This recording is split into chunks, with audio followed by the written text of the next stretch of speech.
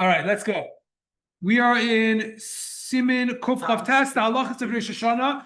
We're up to Sif Tes. Okay, a lot of good stuff here. We're moving on to the meal. We finished with davening and the additions that we have for davening and how it works if you forget things that you remember and all that stuff. Now I want to talk about the meal. Okay, so this is there's more to talk about, but we'll try to cover as much as we can.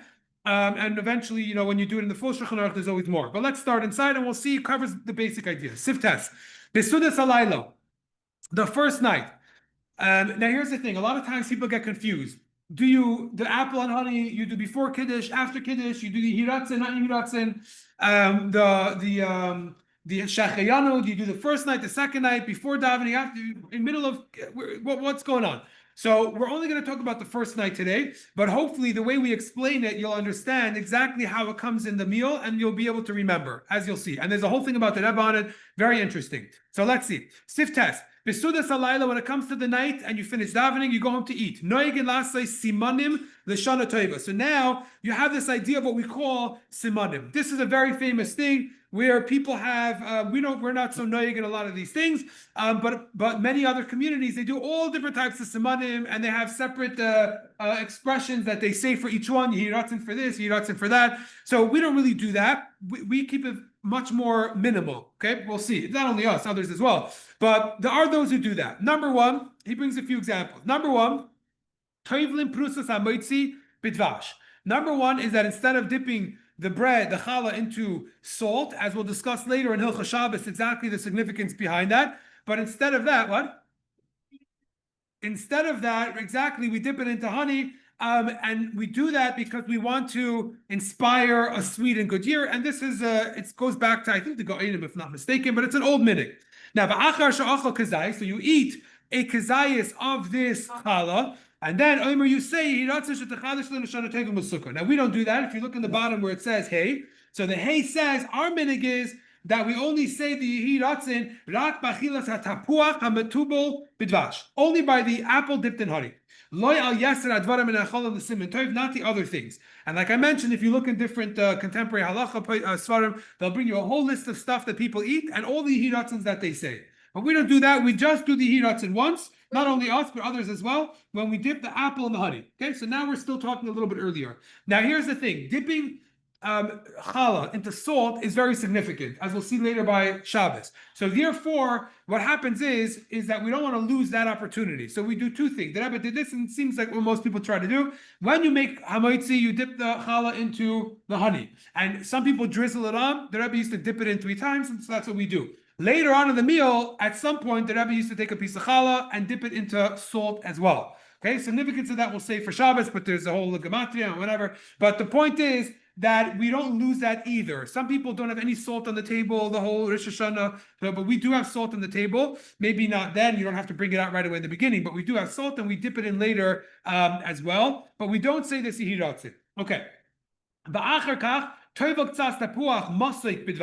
Here he says you take a sweet apple. So I don't know if that's a significant thing. I've never seen that in other places, but here it does say a tapuach masik, and you dip it into dvash. You dip that into honey, right? This is after. When you make a bracha, what bracha do you make on it? The bracha that you make on this is Bayrei Pri Ha'etz, and you eat it. And then and then you say the yehiratzin, which, as we mentioned before, is the only time that we say the yehiratzin. Now, ubasidur kasav rabbeinu levarech Bayrei Pri Ha'etz va'achar kach leimer yehiratzin. The Alter Rebbe in the Siddur says it differently. He says that first you make a bracha of Bayrei Pri Ha'etz, you don't eat it. You say the yehiratzin, and then you eat it. Okay? Now, let's take a look at Vav in the bottom, and then we'll talk about this a little bit more. Vav in the bottom says, He's talking at me. Okay, we can both stop, and if you were facing forward inside the sefer, it would be wonderful. Siv Vav says like this, that you eat it only after you say the yehiratzin. All of these things that you eat for a good sign, except for the shachiyana, which we'll talk about tomorrow. You do it betchilas hasauda. You do it at the beginning of the meal, meaning acharei birchas hamoitzi. Okay, so in other words, like this: this, what you're trying to do here is in middle of the meal, you're going to have this apple at the beginning of the meal. So you wash hamoitzi and you have the challah and you dip it in the bread. And then as part of the meal, you do this. And the reason why you do this is because if you have it before, then you're going to have a lot of questions and problems with the different brachas that you make. So the simplest way for the meal of how you do brachas is you wash. So now you have a general suda. Then you make another bracha on the fruits, just like you would make a bracha if you're having dessert. But that bracha is when you finish your meal, you'll make a birchas hamazon, which includes everything. You don't have to make a separate bracha. Okay, now the way it would work is that the Frierdiker Rebbe would if someone asked them once about if you eat the apple in the beginning of the meal, what happens when you have dessert, which in those days was kampot. Anyone know what kampot is? Yes, I love compost. So Fruit compost. yes, very good. It's a fruit cooked dish. So it's probably Eastern European in background, but the point is that it's made of fruits, and technically you have to make another bracha on it. So, but the Frierdiker Rebbe said when you make the bracha of Hamoitzi in the beginning, you also have in mind that it's going to count for this as well, and therefore you don't make a separate bracha on the kampot that you're going to eat later. But the birchas hamazon does count. Now, what is going on here, which I think will help us understand a little bit of what's happening. So the way it's written in the Alter Rebbe Shulchan Aruch is the same way it's written here. That you make kiddush, you wash hamoitzi, you make the bracha on the apple, you eat the apple, then you dip it into honey before, but then you say the yehiratze, okay? Which makes a lot of sense. Why does it make a lot of sense? Because you don't want to make a hefsek between the bracha and the yehiratze.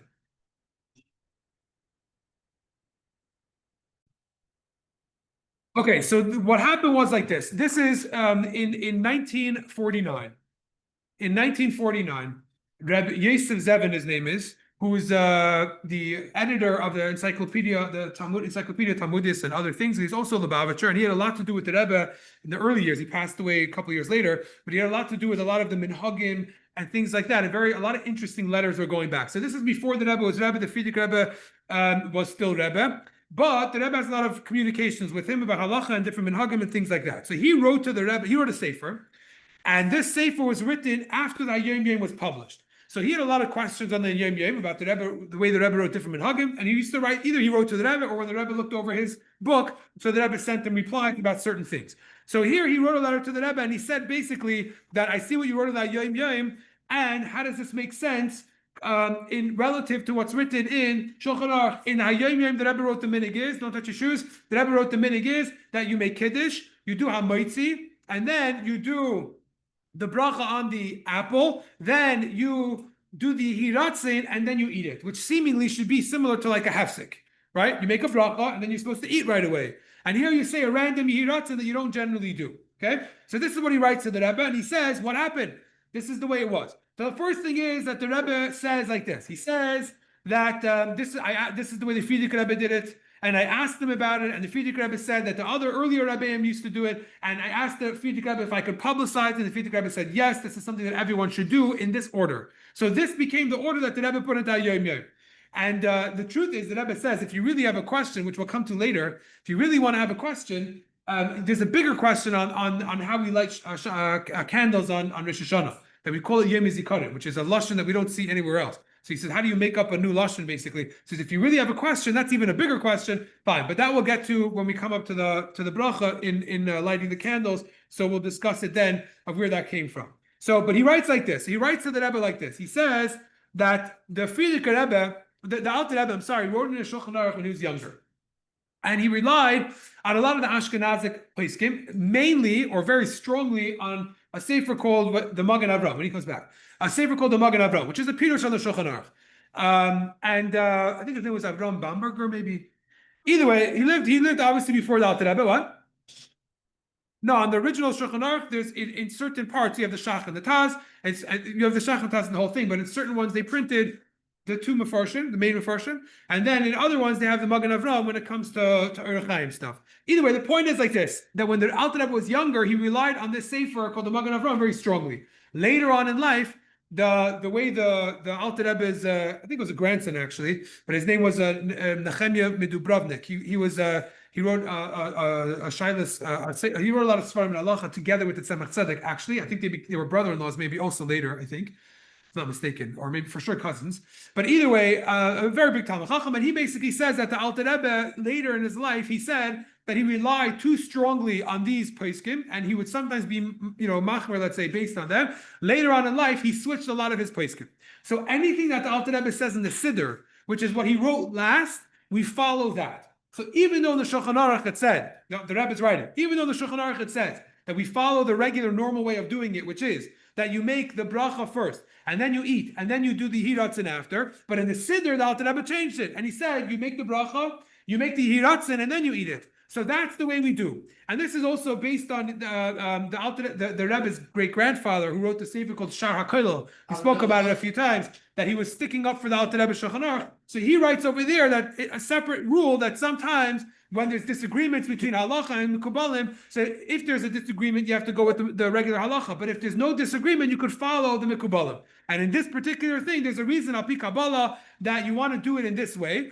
And therefore, if there's no machlekes, and as we know in halacha, even the Magen Avraham who said to do it in this specific way, even he agrees that it will be kosher the other way. So therefore, we follow this. Now, don't get lost with that. You can put that all aside. The point of everything I just said till now, the main thing you have to remember is that the Alter Rebbe changed his opinion from the Shulchan Aruch to the Siddur, and we follow the Siddur. Now, the Rebbe brings out a few points for Negea to why. Why did we switch? What's the point of doing? Who cares about the order? So the Rebbe says like this. The Rebbe says Yehi Ratzin is not a bracha. Yehi Ratzin is a Yehi Ratzin. It should be Hashem's will. It's a hopeful bracha, but it's not an actual bracha with the lashon of a bracha.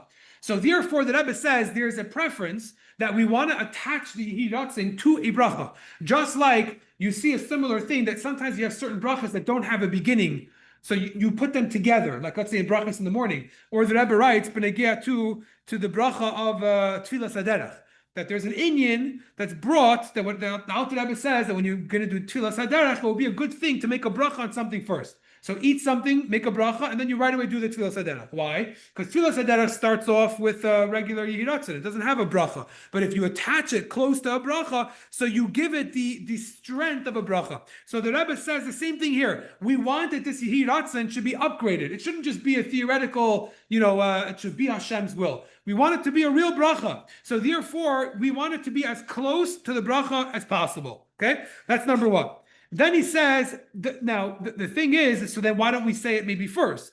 Or something like that. So he says, the Alter Rebbe specifically mentions that you want to do the bracha, he says in the Siddur, you want to do the bracha on the ha'etz first, and then you do the hiratzin after. Part of this is because you don't want to ask for your needs before. Just like when you daven, you go to someone and you say, can I have this, can I have this, can I have this? Doesn't sound good. First, you have to go over to someone and say, you're such a fantastic teacher. I love being in your shir. I pay so much attention. You're so interesting. You're so cool. Right. Can I go to the bathroom for the rest of the class? Right. You can't just come and say, I need to go to the bathroom, I need to go to the bathroom, I need to go to the bathroom, because then it's like, well, what do you mean? So you have to first, polish your way. So here also, when it comes to asking the Eibishter and Shemoneh Esrei, we do the same thing. First, it's called Siddur Shivchei. We praise Hashem, the first three brachas, and then we ask what we need. So here also, the first thing you want to do is you want to say a bracha on the eighth. Then you do the hiratzin after. Okay, that's point number two that the Rebbe brings. Then there's a third thing also. And the Rebbe says that some people had another solution, that you should make a bracha ha'etz on one apple, and then you should eat, then say the hiratzin, and eat this new fresh apple dipped in honey. So the Rebbe says, okay, it could work, but you have the same issue, which is basically that you're not making them, you're separating them. The whole point is we want the hiratzin to dafka be next to bracha. So here you see a little bit of a point that the Rebbe is bringing, which is that you want. Okay, so let's just do the last point, and then we'll pull this all in. There are other people that used to dip other fruits. Yeah, they would dip in a pomegranate or other things into honey. But the Rebbe brings al pi Kabbalah that we dafka dip in apple, and even more than that. If you have a pomegranate on your table and an apple on your table, which bracha do you make first? Apple. Pomegranate, because from the Shiva Samini, very good. So really, you have to make the bracha on the pomegranate first. So they say that the Rebbe would always want a pomegranate on the table, and he would even ask that they should bring a pomegranate. For a few years, they didn't have it. He asked that they brought it. Now, but then he would make a bracha on the apple. So how do you do that? So here he explains a little bit that could be a reason, which is that there's an Indian called it's called chakal tapuchin. Yeah, anyone know what that is? Chakal tapuchin kadishin. We say this in the very few minutes that we sing on Shabbos. We talk about the apple orchard, right? It's called an apple. It's a ruchnistic Indian of an apple orchard. Now, it doesn't mean literally an apple orchard, but it means a very high thing. And therefore, and by the way, there's actually a good story about this. They once translated a siddur into English, and it may have actually it was the Kahas siddur, I think. And they brought it to, I think, as far as I recall the story, they brought it to J.B. Soloveitchik, which was the YU Rosh Yeshiva, and he was close with the Rebbe. So they brought it for him to look at. So he takes the siddur and he opens it right away to the Hakal Tapuchin from Bnei Chala, I think it is. And he looks at it right away to see how they touched it. No, not from yeah. And he looks to see how they touched it right away. And you know how they touched it? They wrote Hakal Tapuchin. They didn't touch it. So he says, okay, then I can give my stand. He says, because if you write apple orchard, you miss the whole point. It's not an apple orchard. Anyways, the point is that there's an advantage to this apple at this special time, and therefore, even though you have a Shiva Samidim in front of you, a Rimain, still you make the bracha on the apple first. And many people, the Rebbe did this, but other people do this as well. Okay, so now I think you could understand a little bit the clarity of what I said in the beginning. It gets confusing of what you eat first. So now think about it very simply. You start your Suda, you make Kiddush, and you wash, because you're in the middle of your Suda. You have your bread, your challah, you dip it into the thing, fine. Now, the first thing you're going to do in the Su'udah, right, is you're going to eat your apple dipped in honey. Now, how are you going to eat the apple dipped in honey? So first you make a bracha, obviously, and then you make the Yihiratzim, because the Rebbe said we want the Yihiratzim to be part of the bracha, and then you eat your apple. Okay, so now the Seder makes a little bit of sense, I hope. Thank you, Rabbi. Okay, we're in the middle of the Sif, but we'll have to continue tomorrow.